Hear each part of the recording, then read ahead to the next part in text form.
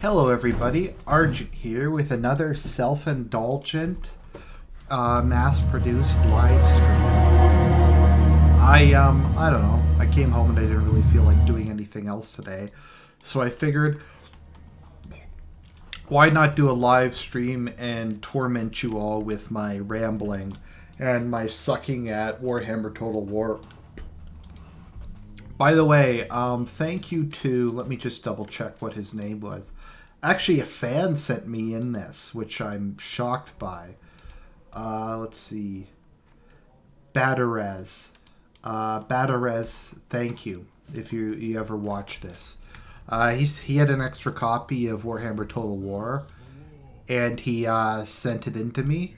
And I gotta say, I'm loving the game. It's much, much better than... what was it called again? What was the game before that? Rome 2. Rome 2 was awful. Was appallingly bad. But this game is really good compared to the previous one. Oh, hi, Batarets.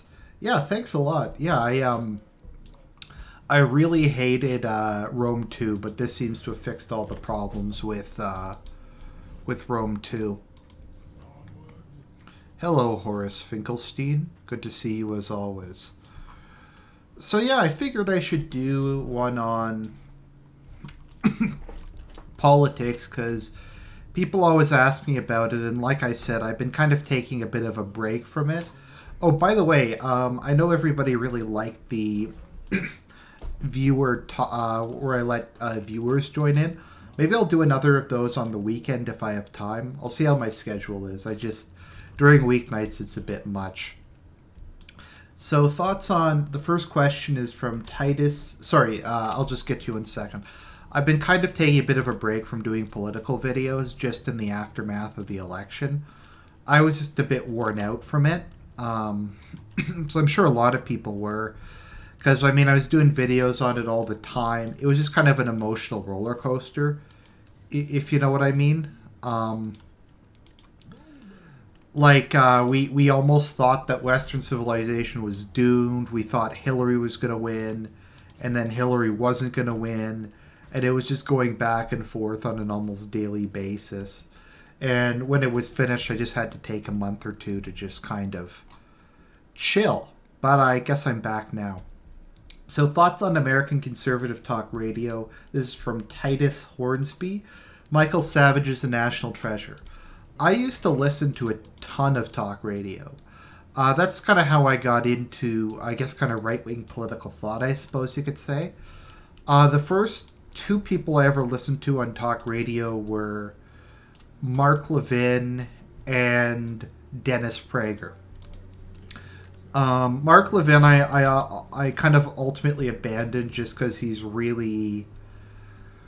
just kind of like the most basic bitch conservative possible, and his voice is annoying. Dennis Prager, though, is a man I have a tremendous amount of respect for. A lot of times when I talk about, I guess, kind of religious things or kind of life advice are things I got directly from him. He's the one who always talks about how important gratitude is in order to live a decent life.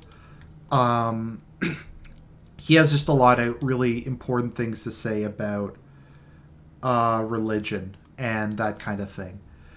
He's a very wise man, a very honest and thoughtful man, and I have a lot of respect for him, Jewish or not. But if you ever get a chance, Prager University is pretty good. He's a little more, I guess, kind of ideological in terms of his conservatism. A lot of conservatives tend to be they can't really articulate why they hold the views they hold, if that makes any sense. Like, they'll say, I don't like gay marriage because it's in the Bible, but they can't really give I guess kind of a rational, I don't know if you want to call it traditionalist, scientific, functionalist explanation for why it's bad. Because they kind of have the same basic thoughts as the left as to how society functions. With regards to what was it called again? Michael Savage. I really like Michael Savage. Michael Savage is, I think, the closest, I'd say, semi-mainstream political figure. I guess kind of semi-mainstream. I'm trying to think of how to describe him. Political commentator for a long time who kind of shared our ideas. Now, his ideology was, I guess, more kind of like based civic nationalism, but he was much harsher on immigration than a lot of people were for a long time. Yeah, I really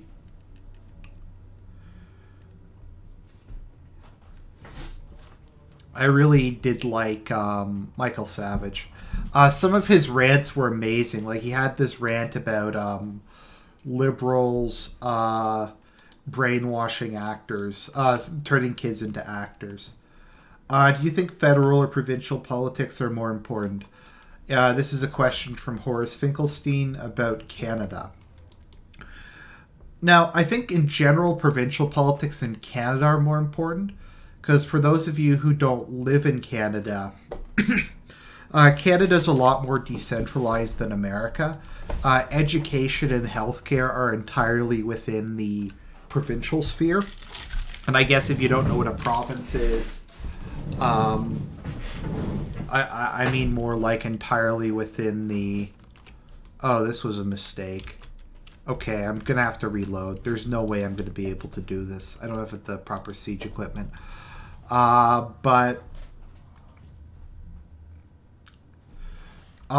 provincial politics are more important because that's where education is controlled.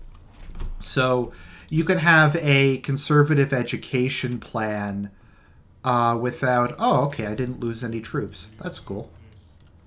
That's nifty. I guess I'll just withdraw back to... no, I'll have troops coming in a minute. Yeah, so you could have a right-wing provincial party that imposes a fairly kind of conservative traditional education system on the province, and there's not a lot the federal government can do about it. So, yeah, I hope that kind of explains that. Let's see, what other questions do we have? I'll answer your question in a minute. Too long didn't read, man. Let's see here. What else do we have? Europeans have not even begun to fight yet. Maybe. What's your opinion on localism, regionalism, and secession? Feasible or impractical? Now, I'm actually someone who kind of likes... I kind of like large nation states. Maybe that makes me kind of unique in this sphere. I think that just the way that modern society is structured necessitates large, powerful nation states. And I don't really see any alternative to them in the foreseeable future. I also think there is a certain attractiveness to grandeur, to have these big countries in which we are able to create a huge amount of stuff, like okay, that's not a good word of that, but could like a really small nation state have put a man on the moon? I don't know. I think could a lot of these scientific breakthroughs have been done in much smaller countries? Architectural projects, a lot of stuff. I also think, and this is kind of the security dilemma, if you don't have a large, powerful state in a lot of cases, then other large states will destroy you. And this is kind of the problem with anarcho-primitivism. Okay, we decentralize society. We all go back to basically agrarianism. But what do we do if once China economy strong comes knocking? How does kind of a pre-industrialized or deindustrialized society deal with a large modern state like China?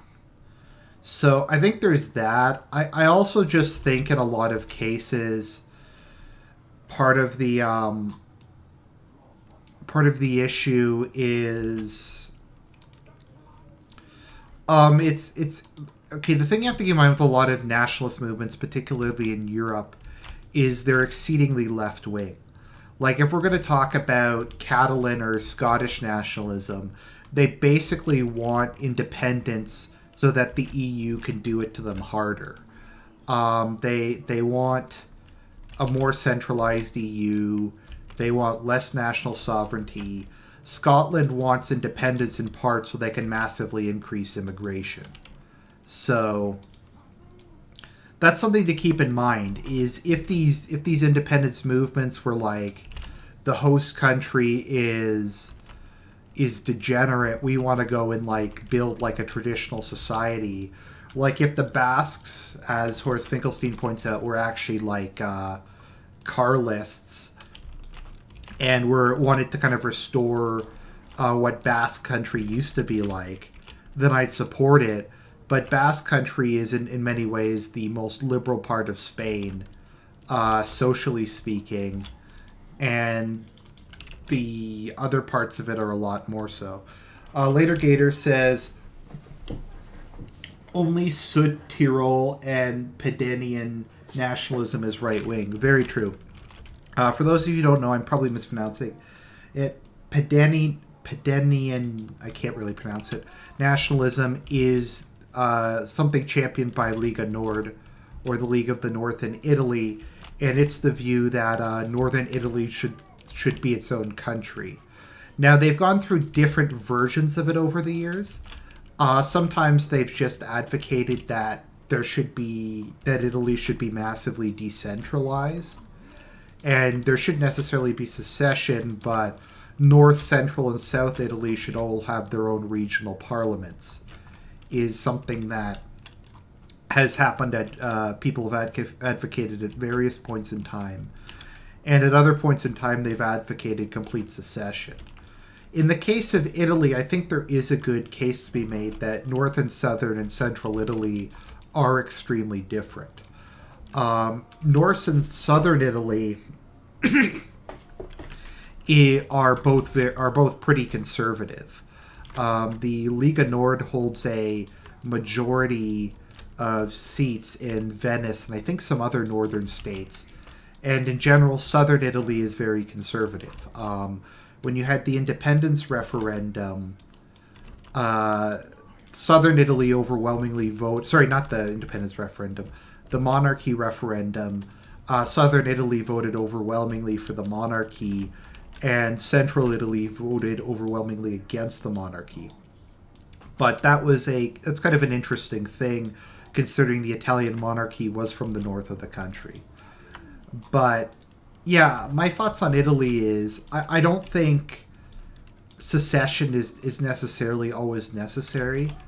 I think autonomy is normally a good idea. I do think Italy should massively decentralize and kind of become a confederation of North, South, and Central Italy. And Spain could probably do the same thing. Decentralize, give more power to the various regions. But I don't think the various Spanish sub-states are really viable at this point in time.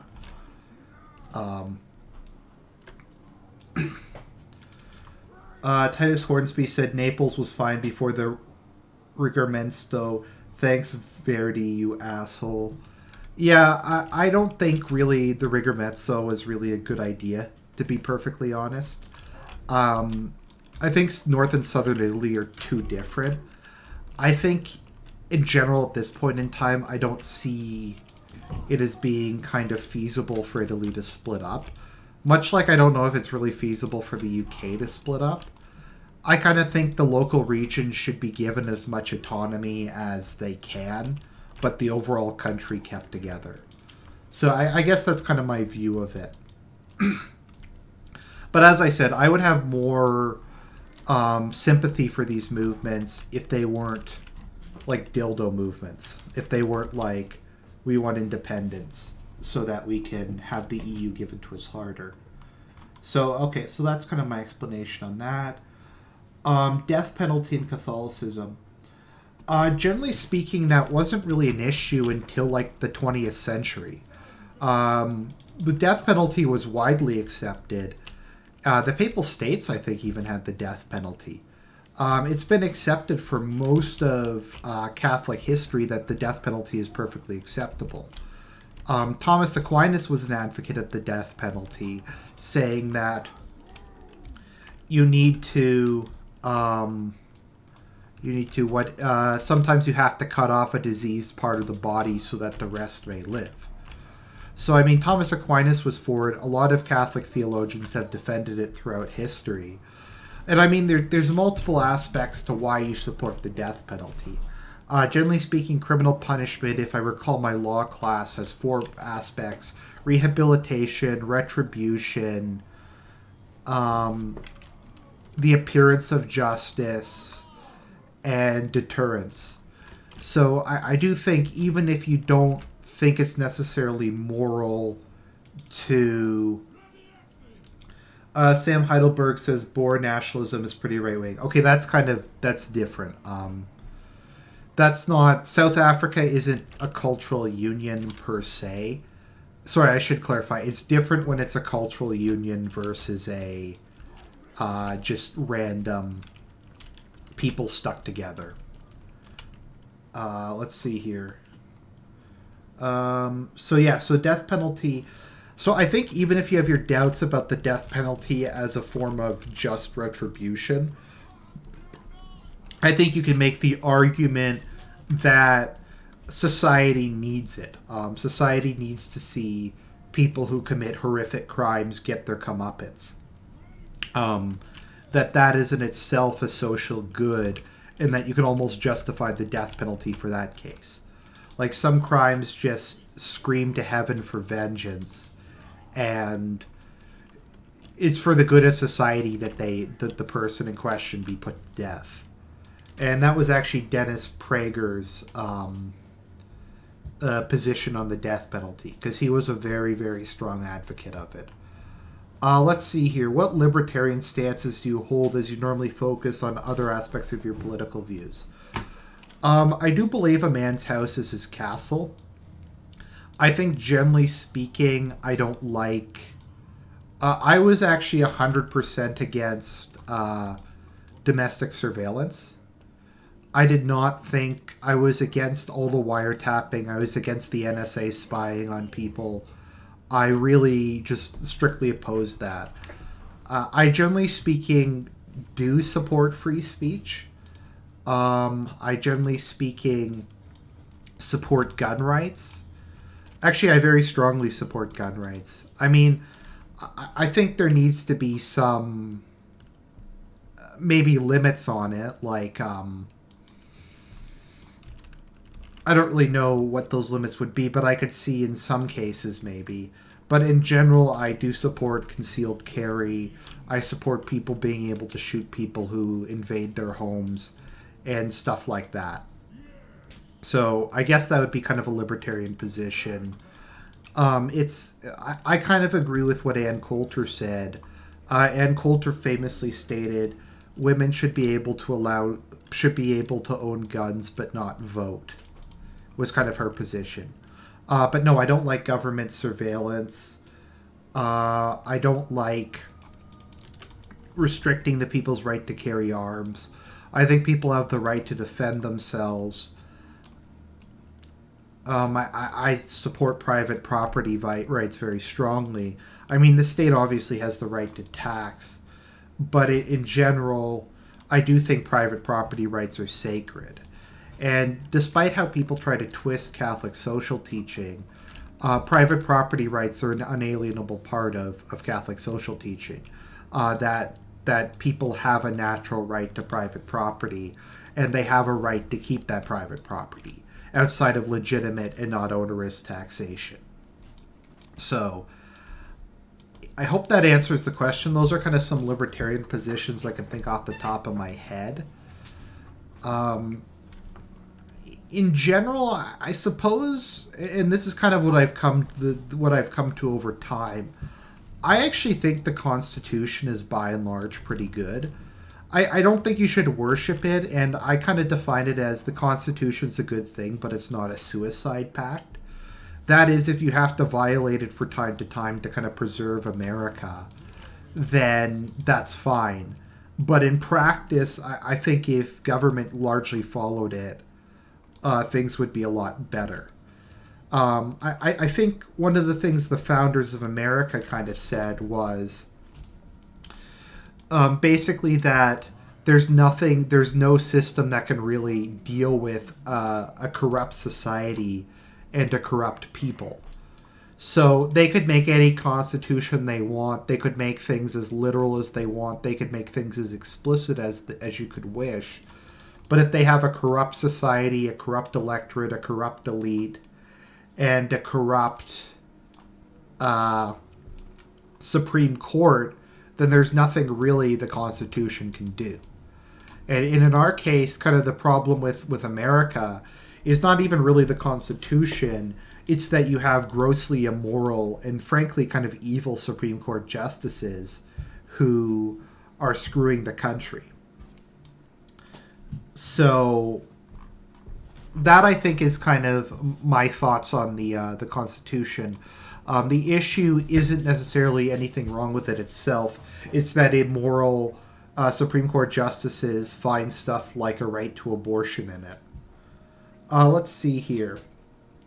What do you believe if, say, Canada had Catholicism as its state religion? Do you think religious freedom should still be upheld? Okay, a friend of mine, Tertullian's position on this is he thinks he would support Catholicism as a state religion. All forms of Christianity would be, unless they're like super dildo, would be openly tolerated and would face no oppression or no restrictions whatsoever. He would ban Islam, Judaism, and weird religions. Like Mormon, or I don't even know Mormonism, like Jehovah's Witnesses or like Scientology and that kind of shit. And I guess I kind of have a similar view. I think what the state religion should be depends on the local traditions and what kind of the local culture, what is natural to the local culture.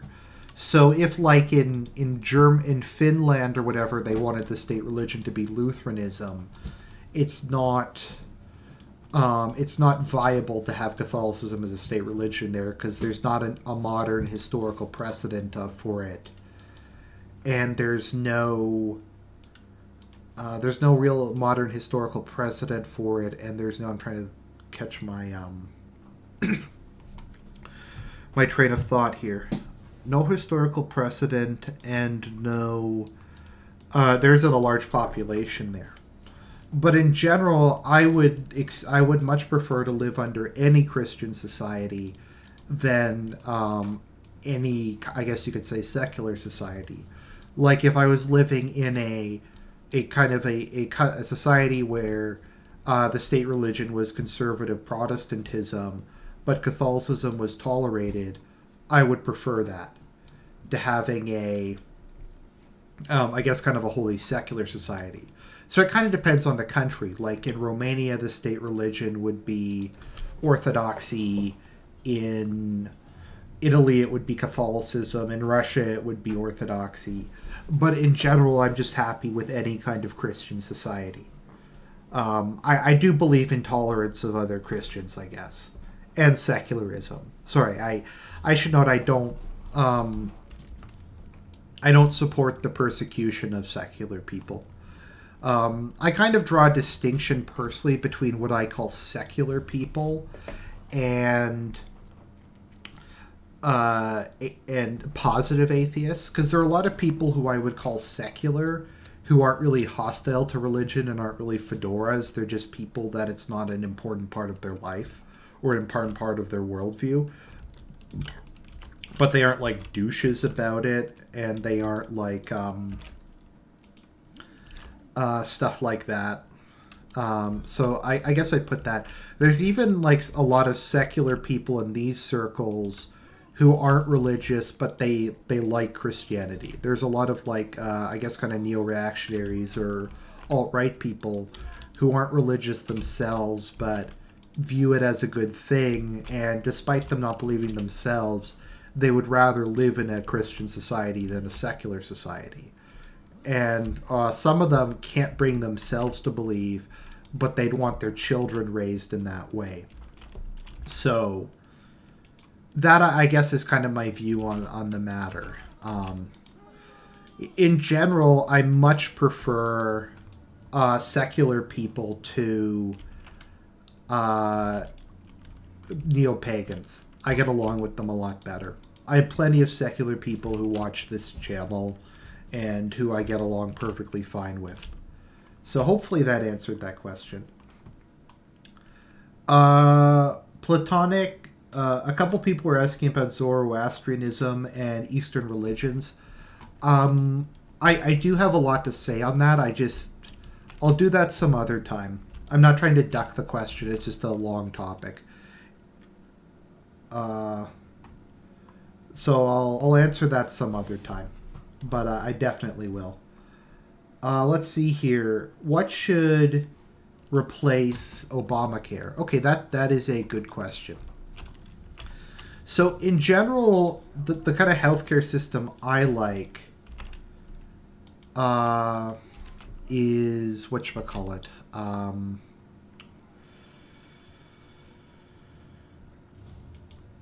German healthcare. If for those of you who don't know how German healthcare works, it's actually a system Hitler set up. But how German healthcare works is healthcare delivery is not public, but health insurance is public. So they have these big health funds.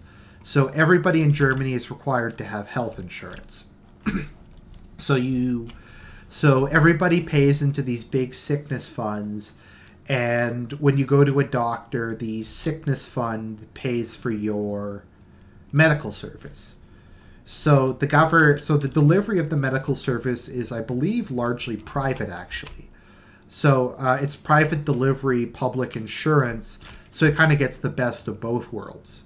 And from what I've been able to look at with regards to things like innovation and stuff, Germany is one of the most medically innovative countries on earth. So there is a little bit of profit motive, but there's also some public aspects to it. So I do think in a modern state, some form of government health insurance is necessary. And maybe that's just because I'm Canadian and I'm used to it. I do think our system would be improved a lot if we introduced some private initiative into it and we privatize certain aspects of it. But I do think it is kind of a necessity to have some form of public health insurance.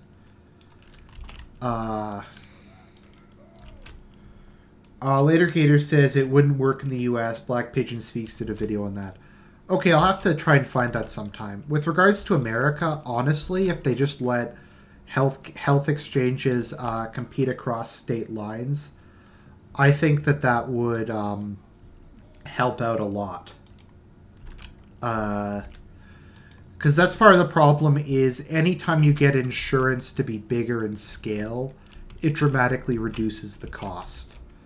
So that was kind of one of the issues in Ontario that actually some conservatives I know talk about, is when the NDP was in power, there was talk of bringing in public auto insurance. So everyone would have because you have to have mandatory auto insurance anyways, but everyone would pay into an auto insurance fund. And that was actually quite popular. It never came about, though, but the provinces that do have public car insurance have much lower rates. And in general, it functions a lot better. Fraud is a massive problem in Ontario, and it's not nearly as big a problem in other provinces, for instance. So, in general, that seems like a reasonable thing for kind of the state to take over, especially if people are required by law to have health insurance. I mean, I guess you could say I kind of like regulated capitalism, but if there's something that the state can do decently well, I'm okay with it. Like, I think the Canadian pension plan works perfectly well. I don't really see any reason to get rid of it in the foreseeable future. Let's see here.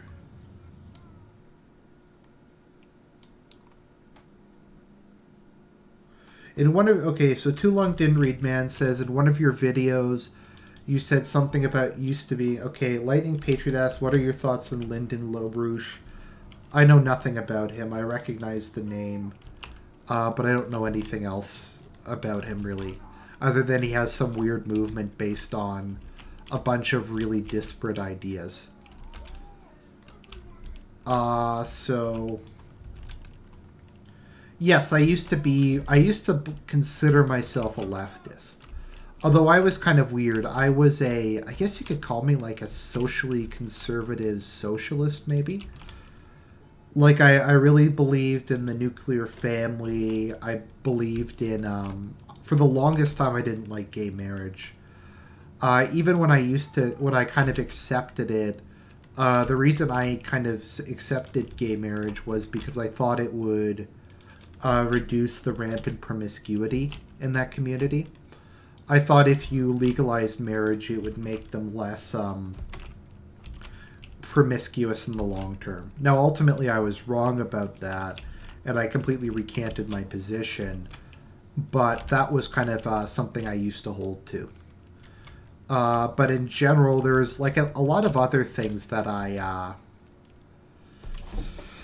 where I kind of held strange positions for the left.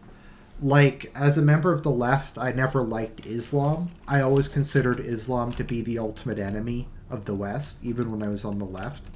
For different reasons, although kind of for similar reasons, because I was honest about it. I said, they repress women more than more than Christianity ever has. They treat minorities in a brutal fashion. They frequently engage in genocide and all kinds of stuff like that to a much greater degree than what Westerners have ever done. So I was honest about it. So I kind of saw them as the arch enemy of kind of my left-wing ideas.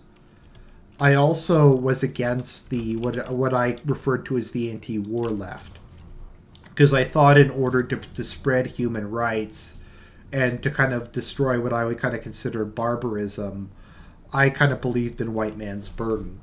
So kind of left-wing things kind of brought me to neo-colonialism, because I thought the only way to civilize and modernize Africa was basically to reduce them to colonial status and have Western armies basically beat the superstitiousness out of them until they were able to become modern civilized people. So in general, I was supportive of any war that I thought would damage Islamism. So I was not in favor of the Iraq War. I guess I was really young at the time, but looking back on it, I wasn't in favor of the Iraq War because it overthrew a secular ruler. But I was in favor of Afghanistan for the longest time. And I was actively really against withdrawing from Afghanistan because I wanted to kind of, I guess you could say, force civilization on the Afghan people. And I guess kind of save them from a barbaric medieval religion, I guess is kind of the way I looked at it. And I kind of supported more interventions, particularly to try to help out various repressed minorities in Muslim countries. But I never really saw the West as being the main violator of human rights. There was a lot of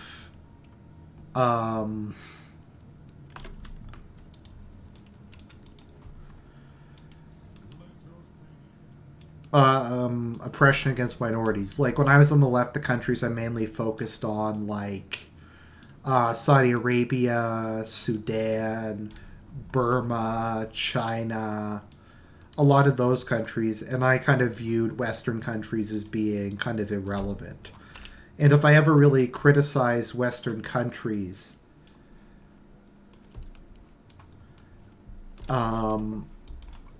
whenever I criticized them from the perspective that they had more agency and they should be held to a higher standard than random third world hellholes.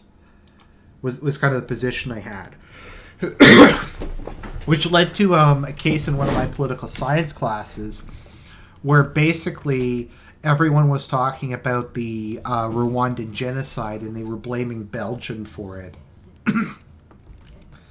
So they were attacking Belgium and they're saying, oh, Belgium, it was entirely Belgium's fault. They created this ethnic division, when in reality the Hutu-Tutsi division existed long before the Belgians went there. Traditionally, Rwanda had a Hutu king, a Tutsi king, and the Hutus were kind of a peasant or second class within it. Let's see here. Yeah, so that's generally speaking what... sorry, I completely lost my train of thought there. So they were saying, okay, so so that pre-existed, so I was honest about it. So I said, they're like, oh, Belgium did it, and I'm like, well, you're saying black people have no agency. And they're like, no, we're just saying they were forced to do it by white people. I'm like, so you're saying that white people have agency and black people don't have agency? Because you're saying black people are so inferior, are so inept, are so incompetent that in some cases, like in the case of Ethiopia, the 3 years that they were occupied by Italy had more effect on the country than 3,000 years of Ethiopian civilization. And they're like, well, that's not what we mean. I'm like, no, it's what you mean. You're saying that Rwandan blacks in Rwanda have no agency, that they are basically children who aren't capable of making their own decisions. They have no ability to, I guess, kind of have discernment. So if white people tell them to do something, they uncritically do it. And they really had no actual response to that, and they just kind of screamed at me, which is often what would happen back in university. I remember the day I realized I was not a man of the left was when I was in, I think it was Political Science 201, and my professor told the class that aerodynamics was a conspiracy invented by the patriarchy to make things phallic-shaped. And I literally said, I'm not a man of the left. That's literally the most retarded thing I've ever heard in my life. I couldn't believe that people honestly believed that. And they did. And I'm like, I even asked, what about aerodynamics? And they're like, well, that's just an opinion. Scientists made that up. And I'm like, and she was like, ever wonder why missiles and submarines are shaped the way they are? And I'm like, because that's the best way to go through air? And they're like, no, it's so that they appear phallic shaped. And I'm like, what the fuck? And I was just like, I can't do it. I'm not a man of the left. This is crazy. This is so that was kind of my come to Jesus moment, I suppose you could say. Let's see here. What else do we have?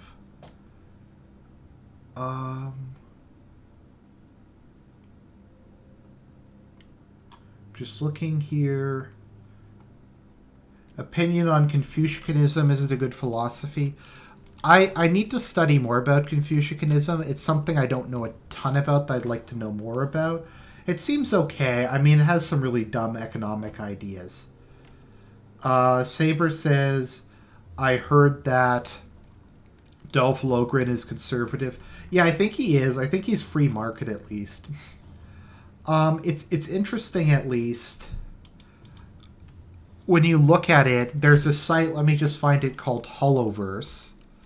Actually, you know what? Let's take a field trip, because you guys love field trips, don't you? So let me just bring this up.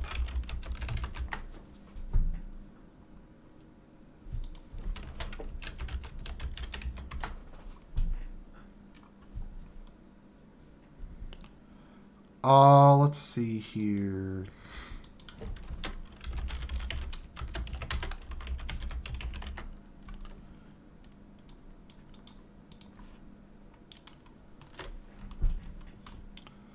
Okay, so we're going to do something completely different now.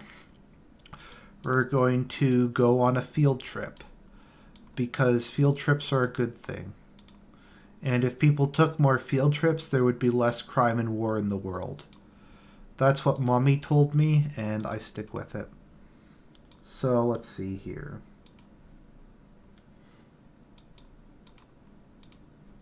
Let me just remove that from OBS.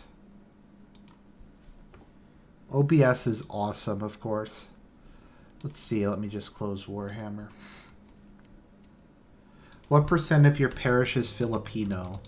I don't know if I have any Filipinos at my parish. There's a lot of Indians, but not many Filipinos. So we're going to completely derail this entire conversation and go to a website I really like, even though the guy who runs this is a complete hack. This is the Hollowverse. I'll post a link to it. So this is a guy who compiled the religious and political views of pretty much every celebrity they could get their hands on. So let's just go through a couple because it's kind of interesting. Just the way it goes. Especially, you will see a certain pattern as we go through this. Let's see here. It's interesting. One of the things I do appreciate about black people is almost no blacks I've ever seen are atheists. Rashida Jones is Jewish. Really, that's weird. Yep, Paula Patton's Christian. Chris Tucker is a born-again Christian. Let's see here. Sylvester Stallone is both Christian and Republican. It's kind of annoying in it's kind of annoying in whatchamacallit, in this site, because if people support the environment or animal rights, then they're considered left wing. So they'll be like, oh, this guy is like socially conservative, but he wants to save like a rare species of shark. So, okay, so yeah, so Stallone is generally speaking considered one of the more right wing people in Hollywood. So let's just go through some of these and you'll notice a pattern. Let's see here. Unfortunately, Kiefer Sutherland is a dildo, which is really just depressing considering he played Jack Bauer. Let's see here. We'll get to Mel in a minute. Let me just see if there's any. I'm just trying to remember who the interesting people were on this list.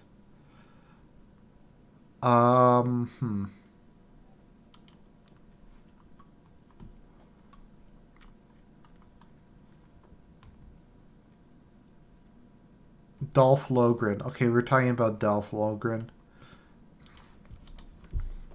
So Dolph Lundgren is an advocate of capitalism and has spoken out against the socialist policies of his home country. Let's see here. We used to pay 90% of our income 101% at some point. Basically, it's a more socialist society. Socialism, it's more like, people who have any special talent or any special drive. They try to keep them down rather than encourage them. So, Logren spoke about his environmental concerns. That would mean that he is apparently, according to this list, left wing because he cares about the environment. Let's see. Jean-Claude Van Damme is really religious, actually, which is kind of interesting.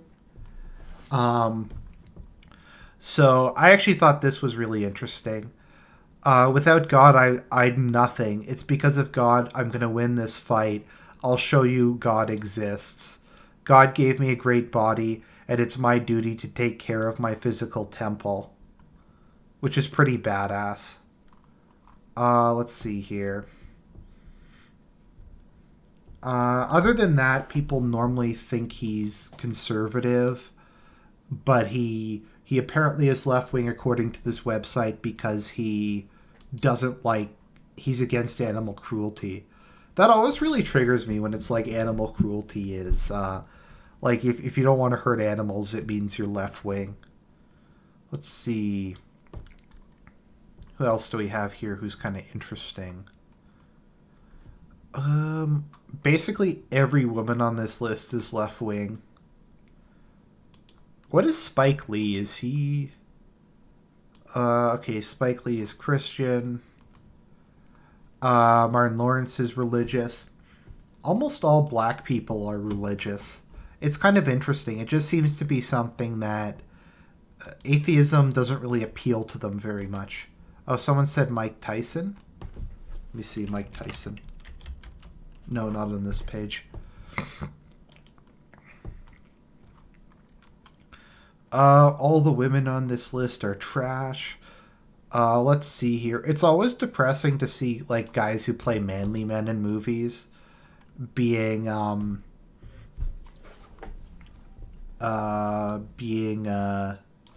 dildos.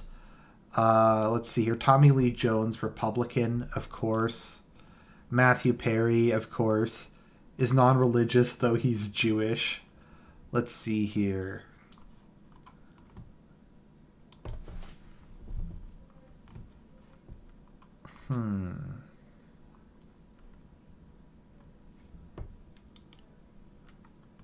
Mickey Rourke. Okay, Mickey Rourke's pretty badass.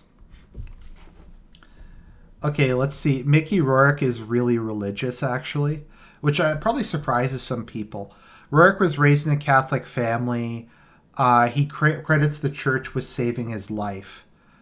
As he says, as a kid, he looked forward to spending Sundays with his dad.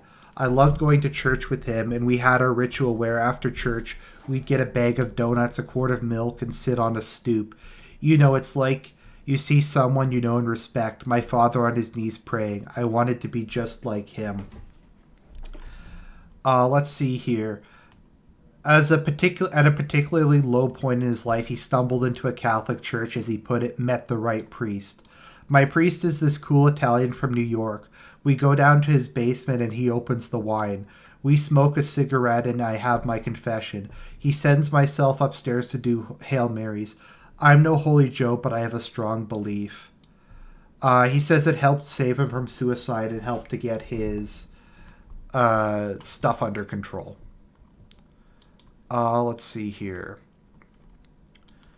So Mickey Rourke is also conservative, which, I mean, if you look at a lot of the super kind of manly action stars, Steve McQueen was conservative and was a born-again Christian shortly before his death, of course, because he's a badass. Let's see what else we have here. Some of these I don't even know why they have here. Why do they even have Pope Benedict? Let's see here. Vanilla Ice. What the hell does Vanilla Ice say? Christian. Clint Eastwood is a Republican, at least. Yeah, he's actually fairly edgy, I think. Chuck Norris is pretty fucking based. We have the based man himself, Charles de Gaulle. I love Charles de Gaulle. Charles de Gaulle was literally like the last good leader France had. And they had to destroy it all. Let's see, who else do we have here? Charles Dickens. Jerry Lewis. Jimmy Stewart. Actually, Jimmy Stewart was a really cool guy. He's always kind of known as being he always plays kind of the unassuming, kind of almost beta male in movies. But in real life, Jimmy Stewart volunteered to fight in World War II. He was a bomber. Not a bomber pilot, but he was part of a bomber crew. They had to take him out of the war, though, because the Germans were putting a price on his head. But he stayed in the Air Force for the post-World War II era. And I think he even flew a reconnaissance flight or something during Vietnam. But when Jimmy Stewart died, he was a general in the Air Force, which is pretty badass. He was also a Republican. So, yeah.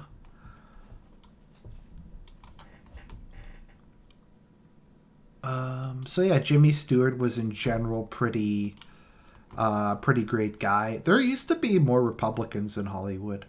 I mean, to a certain extent, you'd think that if you're wealthy, then you might want to support Republicans, but that's why. Oh, Gary Oldman. Gary Oldman's based. Let's see what Gary Oldman says. I'm still a member of the Empire, although sometimes I feel like an American with a British accent. You get contaminated here after so long. So yeah, so Gary Oldman's actually pretty right wing. I think he had some rant where he talked about the Jews in Hollywood or something like that, and he got a big shit over that. Let's see, what else do we have? I really got to give them credit for like assembling this whole thing. It's pretty interesting that there was so much there. Saber says Mr. Rogers was a badass. Yeah, Mr. Rogers was pretty awesome. Mr. Rogers was a really religious man. He used to get up in the morning and pray for everybody he knew. He also, from everything people say about him, he was a really good guy. Let's see here, Bill O'Reilly. I mean, some people are just kind of non-political, I guess. Let's see here. I'm sure there's some other action stars here somewhere. Alfred Hitchcock. Alfred Hitchcock was a lifelong devout Catholic. Which makes sense. A lot of the best directors seem to be Catholic or influenced by Catholicism. Like the guy who did It's a Wonderful Life. Martin Scorsese, although I think he's an agnostic now, but his movies have a very Catholic vibe to it. But yeah, he was trained by, he had a strict Catholic upbringing. Let's see here. I don't think he was particularly political, though. But yeah, Alfred Hitchcock was very religious. Andy Warhol was also really religious. He was a very devout Eastern Catholic. My understanding of Andy Warhol was that he was homosexual himself, but he wasn't practicing, if that makes sense. He had kind of just decided to be celibate, and they kind of exaggerate some of it.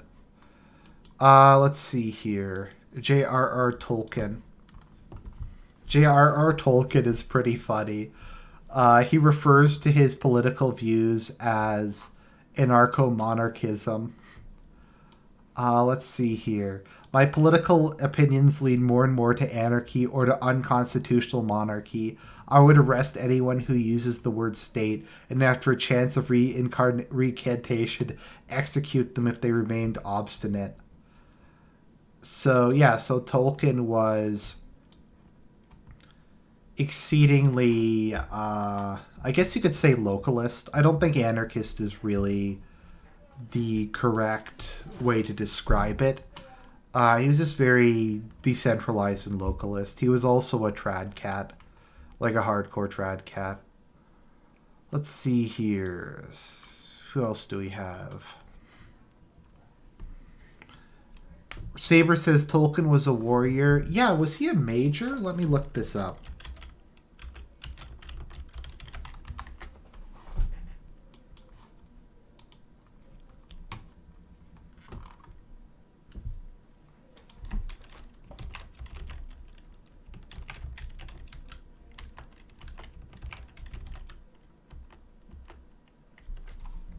Okay, lieutenant. Tolkien was a lieutenant in the British Army. Let's see here. Who else do we have who's kind of interesting? Ellen Page is literally like the most cancerous person in Hollywood. Let's see. Jack Nicholson's probably a dildo. I love all these like lame What is Francis Ford Coppola these days? Okay, he's agnostic now. Macaulay Culkin. Let's see here. Lance Armstrong.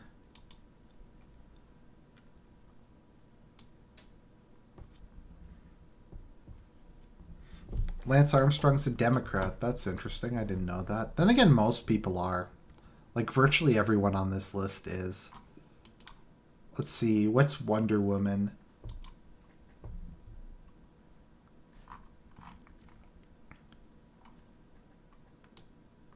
She is a really strange looking woman because her skin's dark, but she has blue eyes.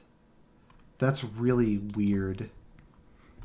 I mean, I guess it's not that weird, but yeah, Jews. Kevin Costner, super liberal. Oh, he used to be a Republican, but now he's a Democrat.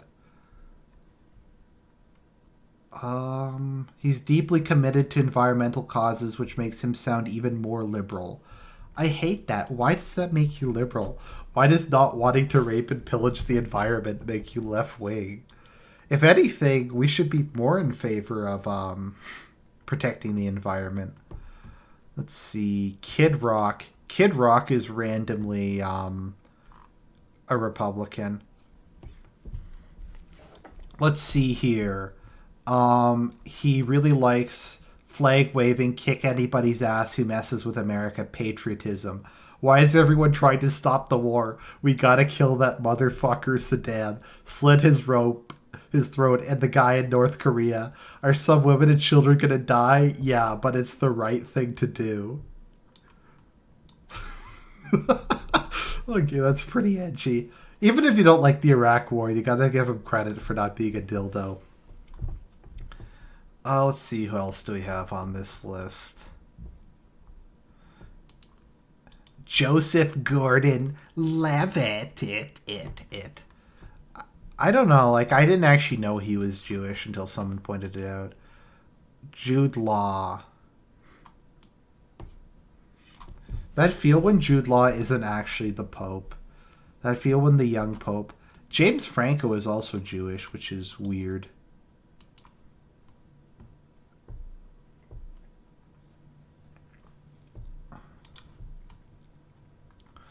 Gordon Ramsay. Gordon Ramsay, semi-religious Protestant. Oz. Dr. Oz is apparently a Republican, which is kind of weird. Eva Green is a Jew, if I recall. Yes, Eva Green's a Jew. Daniel Craig. Is Daniel Craig a Jew? I'm not sure, actually. I think he is. He likes Obama. I hate all these politicians who hate everybody other than Obama. Okay, here we go. Here's some action movie stars. Stone Cold Steve Austin. Stone Cold Steve Austin is some sort of Christian, the sort of Christian who particularly translates the Bible, includes the Book of Austin. You sit there and thump. Okay, let's see here. Talk about your Psalms. Talk about John 3:16. Austin 3:16 says, "I just whooped your ass."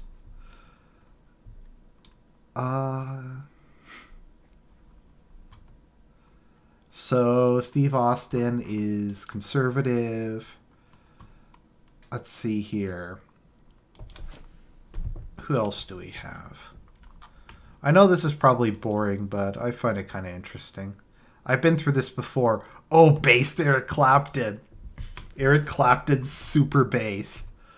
So Eric Clapton is a born-again Christian who Christianity got him out of drugs.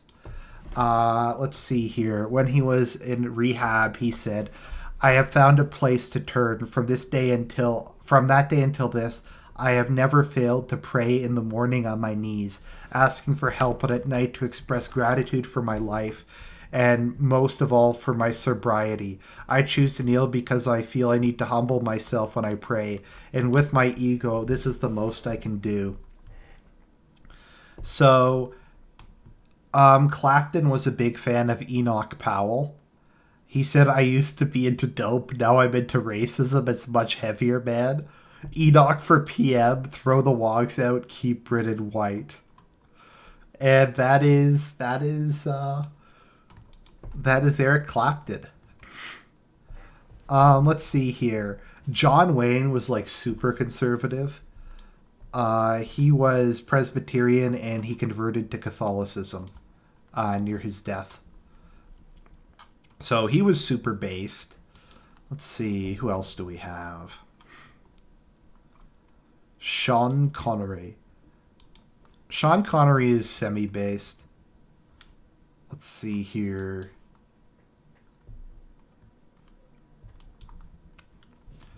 Clapton is anti-migrant, Saber says.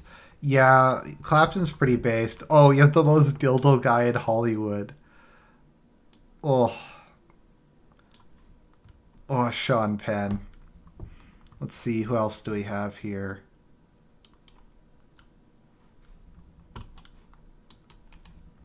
What does it say for Tim Burton?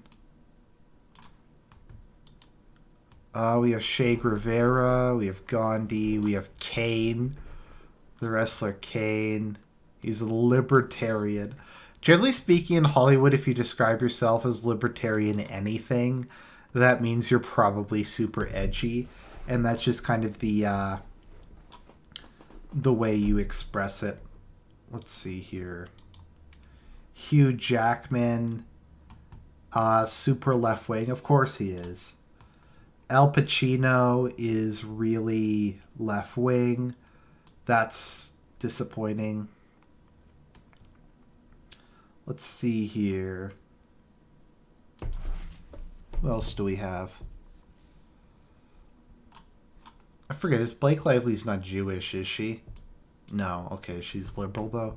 Literally every woman on this list is liberal. Once again, more evidence why they shouldn't vote. Let's see. Sting. Why the hell is Sting on this list? Robert De Niro. Let's see here. Dwayne "The Rock" Johnson is a Republican. Which is kind of interesting. I guess when you're like that masculine, then you just kind of have to be a Republican. Let's see here. Robert De Niro is super liberal, which is disappointing. But I guess, I don't know. He's got to eat. Morgan Freeman's like one of the only black atheists I've ever seen. Let's see. Simon Cowell. Is Simon Cowell conservative? Okay, yes. Simon Cowell is conservative, actually.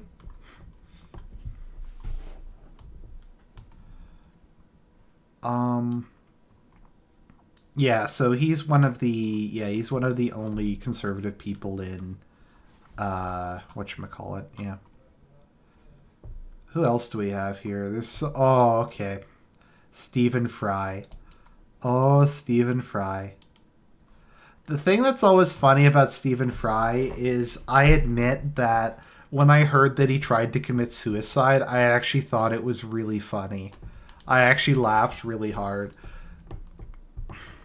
So, Liam Neeson has talked about converting to Islam at various points in time. Let's see here. Liam Neeson might be mildly conservative. Who knows? Yeah, it's strange in Hollywood. It's strange. Yeah, Stephen Fry tried to kill himself. It was pretty funny. I say it's funny because he's just gone, like, he goes so on about, like, how he doesn't need God to be happy and how much better his life is because he doesn't believe in God. But in actuality, his life is, like, really depressing. He has bipolar disorder, but that doesn't explain how much of a douchebag he is. Eminem. So, yeah, so Eminem is apparently a liberal, despite the fact that he's, like, the poster boy for kind of, like, white power. He's kind of like the ultimate example of, whatchamacallit, the ultimate example of kind of, I'm trying to think of a way to describe it. I lost my train of thought there. Let's see here. Matt Damon is super dildo. Matt Damon's like one of the most dildo people on this list. Let's see here. Steve Carell will not discuss his political views, and he's pretty religious. He says that his religiosity helps him playing humble roles. Oh, we have bass Chuck Norris. Chuck Norris is so awesome. Let's see here. Chuck Norris has donated tens of thousands of dollars to the Republican Party. Let's see. Ringo Starr, John Lennon, Paula Abdul, George Carlin, massive dildo, Harrison Ford. Harrison Ford once said that, oh, here we go. This is one of my all-time favorite quotes. I'm Irish as a person and Jewish as an actor. Let's see. To be honest, I'd have imagined DSP as a liberal. DSP is like a northeastern liberal. He's almost kind of like a blue dog Democrat. Because he's like sort of conservative on economic issues, I guess. Like he talks a lot of shit about taxes and Obamacare. But he actually is like really socially liberal. He just doesn't like blacks. So Kelsey Grammer is actually is pretty conservative, although he's pro-gay marriage, which is pretty sad. I think we're looking for cultural appropriation with Eminem. Tom Hanks is a super dildo. Justin, what does it say for Justin Bieber?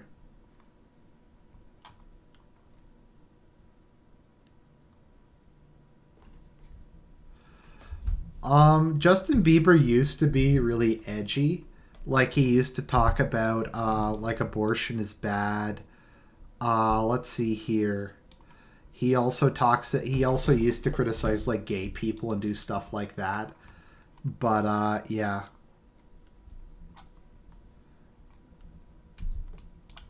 Tom Hanks is a hardcore liberal. Of course he is. He's another dildo. Leo's a hardcore liberal. RG, look up Gene Simmons. Oh, okay, here we go. Clint Eastwood. Let's see. George Lucas.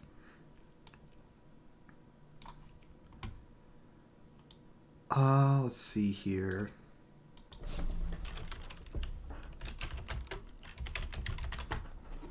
George Carlin is such a douche. I hate George Carlin, to be perfectly honest. Also, people just wank to him. So, let's see here. Simmons is really pro-Israel. That's kind of his approach in the world. Let's see. Taylor Swift. Okay, I'll actually start taking things from the chat. Sorry, I kind of got distracted there. Let's see here.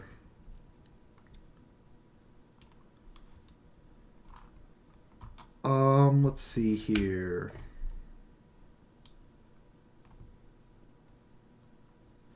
So she was a Republican, but she kind of liked Obama. Okay. That's hard to tell. The Punisher is literally like the most based person possible. Let's see, who else do we have here? Bill Maher is a piece of shit. Bill Maher's such... Let's see here. Mike Tyson is a convert to Islam, and he's apparently a conservative Republican, which is really weird. Oh, that's funny. We got Clint Eastwood. I also saw Bill Maher's movie. Let's see, we have Ozzy. What does it say for Ozzy Osbourne?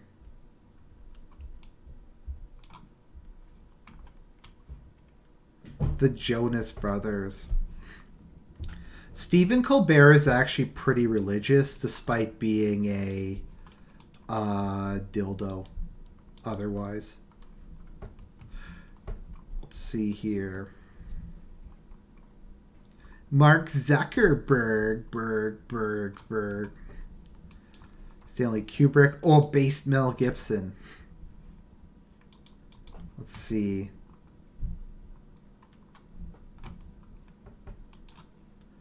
Charlie Sheen.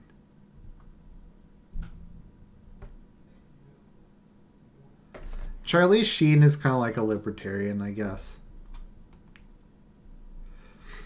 Let's see. Kubrick was anti-communism. Mel Gibson. Let's see. Mel is extremely socially conservative. No abortion. White people rule. Women aren't equal to men. The whole thing. When it comes to politicians, he's a conspiracy theorist. They're all puppets for the unknown man behind the curtain, aka Jews.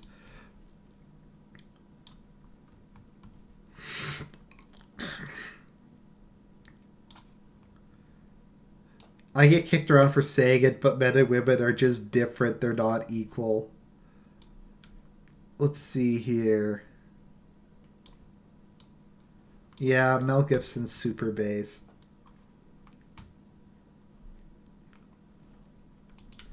Clint Eastwood, Mike Tyson.